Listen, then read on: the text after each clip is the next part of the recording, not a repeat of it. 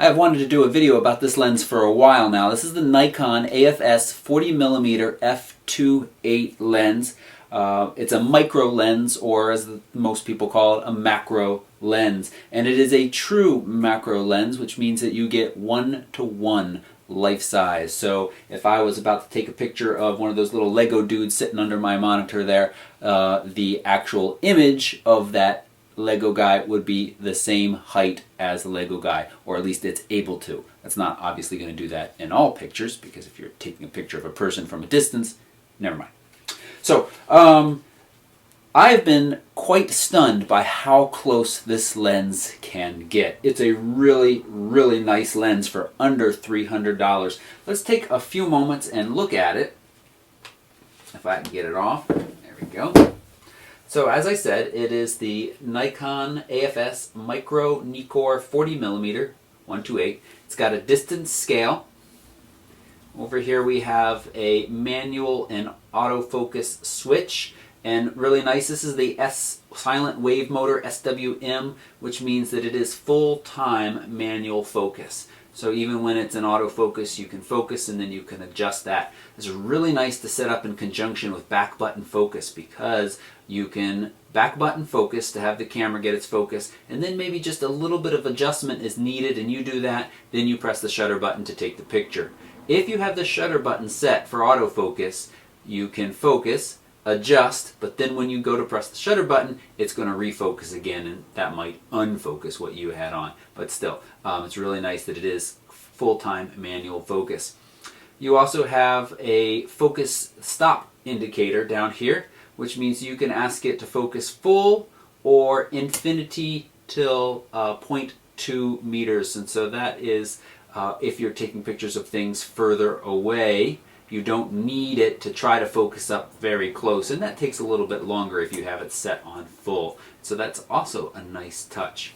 It is metal mount, and it is, one other important thing is it is a DX lens. So that means that you are going to be mounting this on a crop sensor body like the Nikon D5200. I have now shot with this on the D5200 and the D7100, and just gotten some really, really nice images out of it. Been very pleased with those. Let's take a few moments and look at some of the images that I have gotten out of this lens. Here we are with a little strawberry yogurt bird food, not really bird food, some kind of breakfast food dish. This is at f3.0, 1/40th of a second handheld, and worked out quite nicely. You can see there's a lot of detail when we zoom in here down in these little granules. It's getting a little noisy because this was shot at ISO 2500 with a Nikon D5200, but still there's a lot of detail in this image, and it's very crisp, very nice. Here's a piece of chalk sitting on a dusty old, what do you call those little shelves in front of the chalkboard? I don't know. Ledge. And when we zoom into 100%, look at the fine detail in that ancient chalk dust that's sitting there.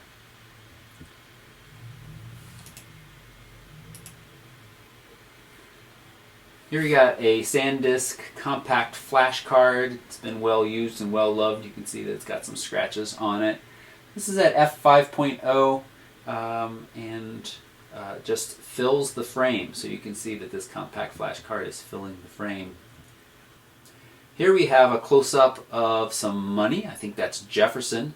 And again, some really nice detail. You can see parts of the image are soft, but that's actually because the dollar was not, the bill was not laying flat on the table. It's a little wrinkled and little, so those are a little bit out of focus because of your depth of field. One of the things that you have to watch out for when shooting with a macro lens is that, and shooting at these very, very close distances, is your depth of field is going to be razor, razor thin. Not all pictures have to be macro. Here's just a brick wall. This is from about 8-9 feet away. Just some interesting graffiti in town. Very sharp all the way out to the corners. And just really been happy with the way this lens shoots. We can go into the middle and see that we have a lot of detail in there as well. 40 on a crop sensor like the Nikon D5200 and D7100 is a nice people picture focal length as well. You don't get much distortion, if any. and it works very nicely as a walk-around lens. Again, under $300, really quite nice. Here I was interested to see how well does it handle high contrast. What you want to look for in cheaper lenses is you'll often get huge amounts of chromatic aberration on high contrast areas. And we are getting some here, but we're literally shooting straight into the sun with this little spring twig blocking most of it, and no purple or chromatic aberration there that I can see, and that looks really nice. Again, just another little still life around town.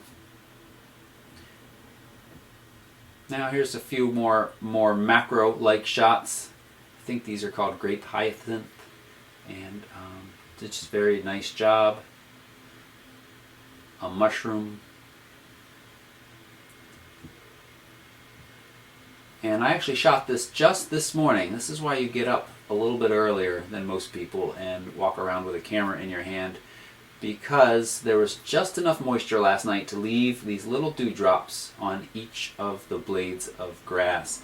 And again, if we zoom in here, and we can see that there is an amazing amount of detail in this droplet. This was handheld and manually focused. I would have liked to have a tripod along, but it would have been tricky to get it down so close to the ground.